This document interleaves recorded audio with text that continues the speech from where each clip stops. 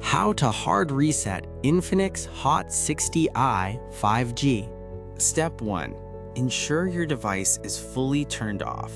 Step 2. Press and hold the power button and the volume up button at the same time. Step 3. When the Infinix logo shows on the screen, release the power button but keep holding the volume up button. Further guide is available in the description below. Since the remaining steps are technical and complex, we have detailed them in an external blog post. Make sure the device has at least 50% battery or remains connected to power during the hard reset. After the hard reset finishes, disconnect any cables and let the phone sit for 30 to 60 seconds before use.